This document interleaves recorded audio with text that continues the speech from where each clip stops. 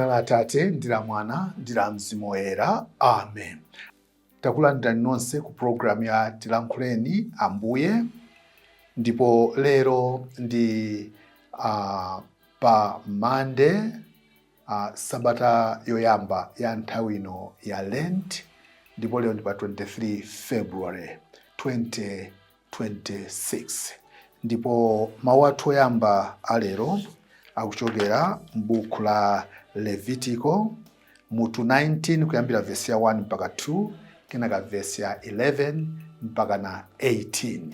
Amene akutiwerengera mawu oyamba ndi a Steve Mike Kayenda kuchokera ku Holy Ghost ndi Rande Parish mu Archdiocese ya Blantyre. Ndipo uthenga wabwino ukuchokera pa Mateyo 23 kuyambira ndime ya 31 mpaka 46.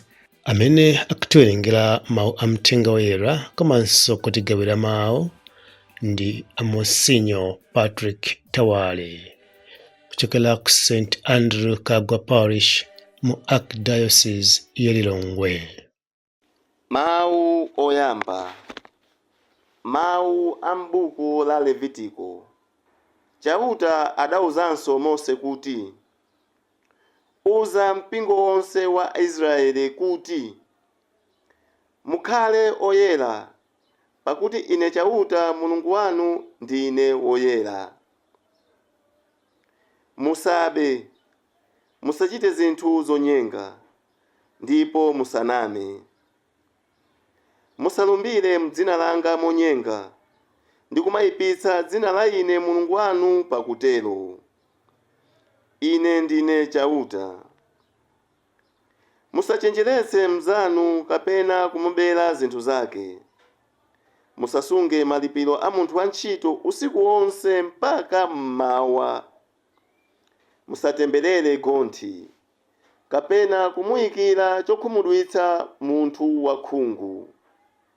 Koma muziopa Mulungu wanu, ine ndine Chauta. Musamaweruza mopanda chilungamo.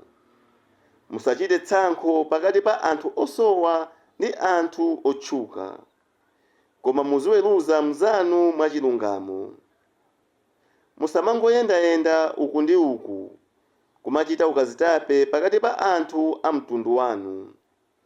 Musachite kanthu kalikonse kamene kangathe kudzetsa imfa ya munthu wina. Ine ndine Chauta. Musadane ndi m'bale wanu mu mtima mwanu, koma mumudzudzule mosabisa kuti mungavomerezane naye pa tchimo lake. Musabwezere choyipa, ndipo musakwiyire anthu a mtundu wanu, koma mukonde mnzanu monga momwe mumazikondera inu nomwe. Ine ndine Chauta. Mawu a Ambuye. Tithokoze Mulungu. Ambuye akhale nanu, akhalenso ndi mzimu wanu. Uthenga wabwino monga adalembera Mateyo oyera. Ulemu kwa inu Ambuye. Pa nthawi yomweyo Yesu adati, pamene Mwana wa Munthu adzabwera ndi ulemerero wake, pamodzi ndi angelo onse, adzachita kukhalira pa mpando wake wachifumu. Adzasonkhanitsa anthu a mitundu yonse pamaso pake, ndipo adzawalekanitsa monga momwe m'busa amalekanitsira nkhosa ndi mbuzi. Nkhosa adzazikhazika ku dzanja lake lamanja, koma mbuzi ku dzanja lake lamanzere. Tsono iyeyo ngati mfumu adzawuza akudzanja lamanjawo kuti, bwerani kuno, inu odalitsidwa Atate anga, lowani mu ufumu umene adakukonzerani chilengedwere dziko lapansi. Paja ine ndidali ndi njala, inu nkundipatsa chakudya; ndidali ndi ludzu, inu nkundipatsa chakumwa; ndidali mlendo, inu nkundilandira ku nyumba kwanu; ndidali wamaliseche, inu nkundiveka; ndinkadwala, inu nkumadzandizonda; ndidali mndende, inu nkumadzandichezetsa; Apo olungama aja adzati, Ambuye, ndi liti tidakuonani muli ndi njala, ife nkukupatsani chakudya, kapena muli ndi ludzu, ife nkukupatsani chakumwa? Ndi liti tidakuonani muli mlendo, ife nkukulandirani ku nyumba kwathu, kapena muli wamaliseche, ife nkukuvekani? Ndi liti tidamvapo kuti mukudwala, kapena kuti muli mndende, ife nkudzakuchezetsani? Mfumuyo idzawayankha kuti, ndithu ndikunenetsa kuti nthawi iliyonse pamene munkamuchitira zimenezi wina aliyense mwa abale anga, ngakhale otsika kwambiriwa, munkachitira ine amene. Pambuyo pake mfumuyo idzawuzanso akudzanja lake lamanzere aja kuti, chokani apa, inu otembereredwa, pitani ku moto wosatha umene Mulungu adakonzera Satana ndi angelo ake. Ine ndidali ndi njala, inu osadzandipatsa chakudya, ndidali ndi ludzu, inu osandipatsa chakumwa, ndidali mlendo, inu osandilandira ku nyumba kwanu, ndidali wamaliseche, inu osandimveka, ndinkadwala, ndidalinso mndende, inu osadzandichezetsa.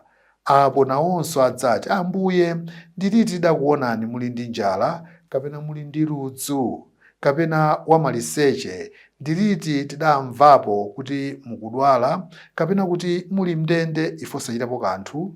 Mfumuyo idzawayankha kuti, ndithu ndikunenetsa kuti nthawi iliyonse pamene munkakana kuthandiza wina aliyense mwa abale anga, ngakhale otsika kwambiriwa, munkakana kuthandiza ine amene, pamenepo iwowo adzachoka kumapita ku chilango chosatha, olungama aja nkumapita ku moyo wosatha. Mthenga wa Ambuye. Ulemu kwa inu Ambuye Yesu Khristu. Lero tikumbukira chaka cha Polycarp woyera amene anali bishop komanso malitiri, ndipo iyeyo adaphedwa chifukwa chokana kunyoza Ambuye Yesu ndiponso kupereka nsembe kwa Mulungu iyeyo adapereka ndi mtima wake wonse. Ndipo lero Ambuye Yesu akutipatsa chithunzithunzi chamene zidzakhalire pa tsiku lomaliza, kuti ifeyo adzatipatula magulu awiri: amene anali achifundo, amene opanda chifundo mbali inayi, anthu amene samachitira anzawo zabwino, ndipo amene anali olabadira za ubwino wa anzawo. Ndipo tikuona kuti tikhale olabadira ena, tikhale achifundo, timenera kudzimana kusanduka amalitiri mwa njira ina, monga mmene adachitira Polycarp woyera, chifukwa kukhala munthu wopatsa, munthu wofunira ena zabwino, ndi kuti mwa njira ina umenera kudziwala. Ndipo tikatero timasanduka mboni za ubwino wa Mulungu. Ndipo kukhala mboni za ubwino wa Mulungu kufika pa stage yomalizira ndi pamene anthu amapereka moyo wawo. Ndiye ifeyo lero tikupemphedwa kuti titsatire chitsanzo cha Polycarp woyera amene anali bishop komanso malitiri. Ndipo ifeyo tikatsatira njira ya kudzipereka kwa Ambuye Yesu amene adanena kuti ngati mufuna munditsate ine, musenze mtanda wanu ndi kunditsata. Ndiye kuti pamene Ambuye Yesu adzauke kwa akufa, ifeyo tikakondwera nawo. Ndiye kuti Pasaka imene tikuyikonzekera ikakhala ya phindu kwa ife. Mukumbukira inu pa ubatizo timati amene amafa ndi Ambuye Yesu pa ubatizo, iyeyo amakauka nawonso Ambuye Yesu. Pa nthawi ino ya Lenti tigwirizane naye Ambuye Yesu m'mavuto ake, kuti kutsogoloko nafenso tikauke naye. Koma nkhani yayikulu siyoti tikauke naye, koma kuti tiphatane naye Ambuye Yesu pamene tipeza zabwino komanso pamene tikumana ndi zokhoma. N'chifukwa chake amanena kuti amene afuna kuti anditsate ine asenze mtanda wake ndi kunditsata. Amen.